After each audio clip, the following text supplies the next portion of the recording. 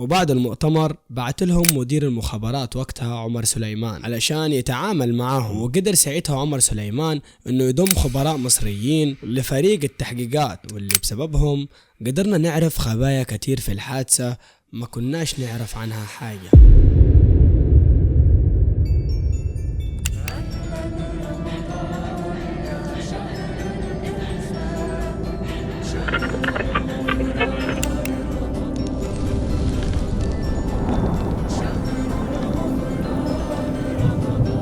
بعد مراجعة محتويات الصندوق الأسود اتضح أن في الدقائق الأولى بعد انطلاق الطيارة من مطار نيويورك الدنيا كانت ماشية تمام، والطيارة طايرة على ارتفاعها الطبيعي واللي هو 10 كيلومتر فوق مستوى سطح البحر. مفيش مؤشرات لأي خلل ولا أي مشاكل مع الطيارين في قمرة القيادة، بل إن البطوطي قبل الحادثة بثواني طلب من المضيفة قهوة باللبن وقزازة مية، وسأل الحبشي إذا كان عايز يشرب معاه حاجة ولا لا، وده دليل إضافي إن البطوطي كان بيتعامل بشكل عادي جدا ومفيش أي نية باينة أو واضحة على إنه ناوي يعمل كده. لكن بعد استئذان أحمد الحبشي لدخول الحمام بثواني معدودة بدأت الطيارة تنحرف عن مسارها، والطيار الآلي فصل، وبدأ البطوطي يردد جملة توكلت على الله، واللي رددها حوالي 9 مرات ورا بعض. ساعتها حصل هبوط للطيارة بسرعة رهيبة خلى كل اللي في الطيارة يفقدوا الجاذبية تماما، وهي اللحظة اللي رجع فيها الحبشي جري على قمرة القيادة وفضل يقول شد معايا. والتسجيلات هنا كانت ل5 أشخاص بيتكلموا في قمرة القيادة، اللي هم ال4 طيارين الأساسيين، ومعاهم الطيار المصري حاتم رشدي واللي كان من ضمن الركاب على الطيارة، واللي طبعا جرى على قمرة القيادة هو كمان في محاولة للمساعدة، واللي من واضح من صوتهم ان ما كانش فيه حاجة، يعني مش واحد متعمد والباقيين بيحاولوا ينقذوا الموقف، واللي من الواضح حصلت حاجة تانية هي اللي عملت المشكلة، اما خلل في الطيارة او مشكلة تانية حصلت في المجال الجوي. طيارات بوينغ في الفترة دي كان فيها مشاكل في التصنيع، وحصلت بسببهم أكتر من حادثة، منهم حادثة سنة 1983 وحادثة سنة 1991 لطيارات من نفس الطراز بوينغ 767. لكن دايما الحكومة الأمريكية كانت بتداري على بلويهم بما أنهم من أكبر الشركات المصنعة في العالم وقتها. بس على حسب كلام وليد ابن أخت البطوطي، الطيارة اللي خرجت في الرحلة 990 حصل لها عطل في الأوتو بايلوت 3 مرات قبل كده، يعني الطيارة أصلا فيها مشاكل. بس بناء على كلام المتخصصين اللي حصل ده ملوش علاقة بالطيار الآلي، ولو الحادث ده كان نتيجة عطل فعلا فالعطل ده حصل في مجموعة الديل، وبما ان شركة بوينغ في الاصدار ده بالتحديد كانوا حريصين ان الروافع اللي في الديل ما يحصلهاش اي اعطال، زودوا الروافع ب3 مشغلات تحكم عشان لو واحد باظ الثاني يشتغل، ولو الاثنين باظوا الثالث يشتغل، فيبقى من المستحيل ان الروافع كلها تعطل والطيارة توقع، وبكده يبقى ما فيش غير ان حاجة حصلت خلت الطيارة تفقد الديل بالكامل، وخلت الطيارين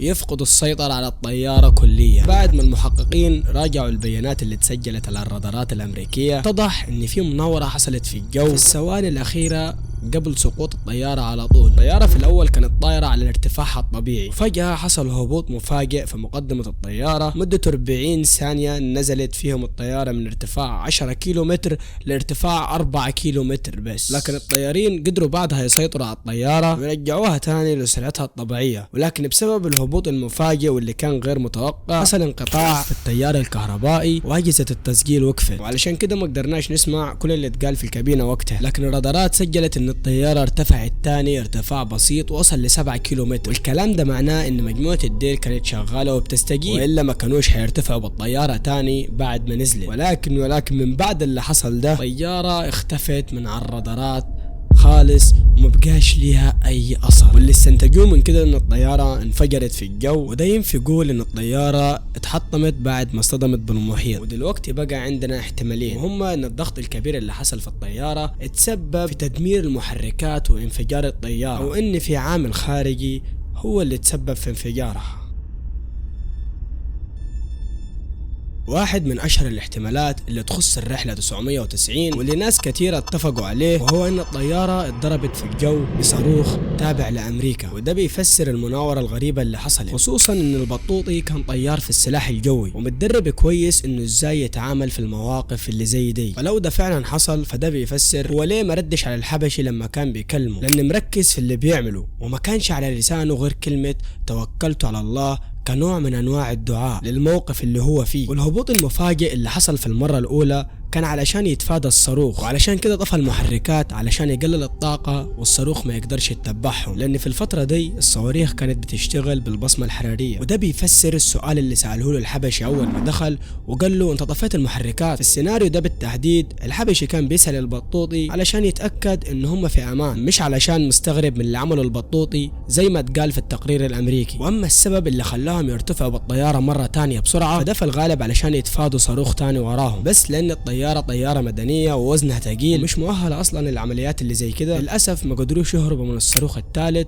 وضرب الطيارة. وعلشان كده فرق الإنقاذ وخفر السواحل وهم بيدوروا على حطام الطيارة لقوا أنسجة بشرية مفتتة، وده عمره ما حصل بالشكل ده في تاريخ حوادث الطيران المدني. ده غير انهم اثناء فترة البحث واللي دامت من يوم الحادث لحد يوم 3 ابريل سنة 2000 اكتشفوا ان كابينة القيادة هي كمان اتدمرت بالكامل، وده مش طبيعي بالمرة لان الكابينة بتكون مصنوعة من دعامات قوية جدا علشان تحمي طاقم الطيارة لو حصلت حادثة. فحتى لو افترضنا انه كان حادث طبيعي فمستحيل الكابينة تتدمر بالشكل ده. الادلة اللي بتدعم نظرية ان الطيارة اتضربت بصاروخ متعمد من امريكا كانت كثيرة، واولها رفضهم للإعلان عن محتويات الصندوق الأسود وبيانات الرادارات، ده غير تصميمهم الشديد على تلبيس التهمة للبطوطي، لدرجة إن النائب الرئيسي بنفسه طلب من مبارك إنه يتعاون معاه. واختيارهم للبطوطي كان مدروس لأنه الوحيد اللي ما سابش دليل وراه ينفي التهمة من عليه. الدليل القوي اللي يدعم النظرية دي هو إن الإدارة الأمريكية قعدت ساعة كاملة قبل ما يعلنوا عن انقطاع الاتصال بالطيارة، بالرغم من إنهم كانوا عارفين اللي حصل من بدري، وده علشان يبقى عندهم الوقت الكافي إنهم يخفوا أثر الصواريخ. ولو افترضنا ان الادله دي مش كفايه واستبعدناها فمنقدرش نستبعد الاحداث الغريبه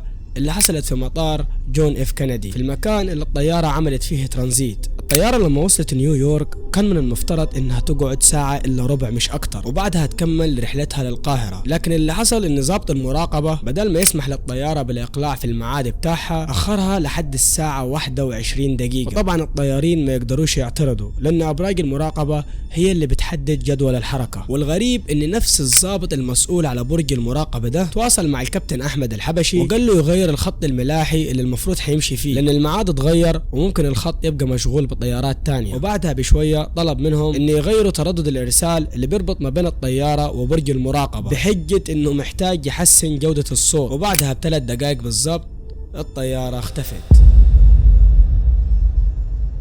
اللي حصل ده فسر الدكتور محمد إبراهيم معوض الخبير المصري والمحقق القانوني في الحادث ان اللي حصل ده عملية مدبرة ومقصودة من ضابط برج المراقبة، لان التأخير اللي حصل في نيويورك ده ما كانش كافي لتسجيل الميعاد الجديد اللي حتطير فيه الطيارة في جداول حركة الطيران. وده معناه ان الدفاع الجوي هيشوف قدامه هدف طاير في مكان مش المفروض انه يكون طاير فيه ومش متسجل عندهم ان في طيارة هتعدي من هنا، فساعتها من حقهم انه يتعاملوا مع الهدف على انه هدف معادي. وفي المواقف اللي زي دي اول حاجة بتتعمل ان المحطات الارضية بتتواصل مع كابتن الطيارة علشان يتأكدوا هو عدو ولا لا، لكن لان ضابط برج المراقبة طلب منهم تغيير التردد التواصل بينهم وبين القواعد الارضية كانت قطع خلاص، فمش مستبعد خالص انه يكون تم التعامل معاهم على انهم اعداء واتضربوا بالصواريخ. وده اللي اكده مساعد الطيار الاردني عوض الراشد والطيار احمد خفاجة واللي كانوا طايرين في رحلة بالقرب من طيارة الرحلة 990 واللي قالوا بشهادتهم انهم شافوها بتتفجر في الجو. ده غير ان بعض الاشارات اللي رصدتها الرادارات كانت موضحة ان في 3 اجسام مضيئة طايرة بالقرب من موقع انفجار الطيارة، بجانب ان المحققين المصريين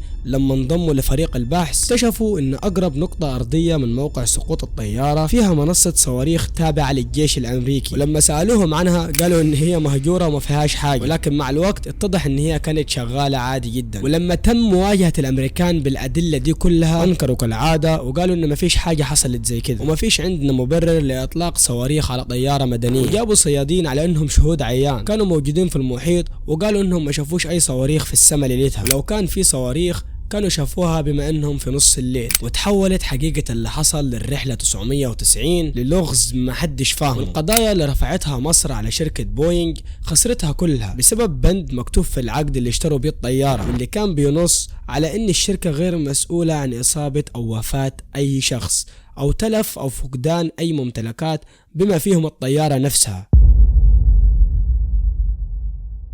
وفي النهاية ربنا يصبر أهالي كل الضحايا اللي راحوا في الحادثة دي، وياريت تنشر الفيديو لكل الناس اللي تعرفها علشان يعرفوا حقيقة الموضوع ده. بإذن الله حسيب لكم كل المصادر في الديسكريبشن تحت. أشوفكم على خير في الحلقة الجاية بإذن الله. في أمان الله. رمضان يا شهر الإحسان، شهر الغفران، رمضان شهر الغفران.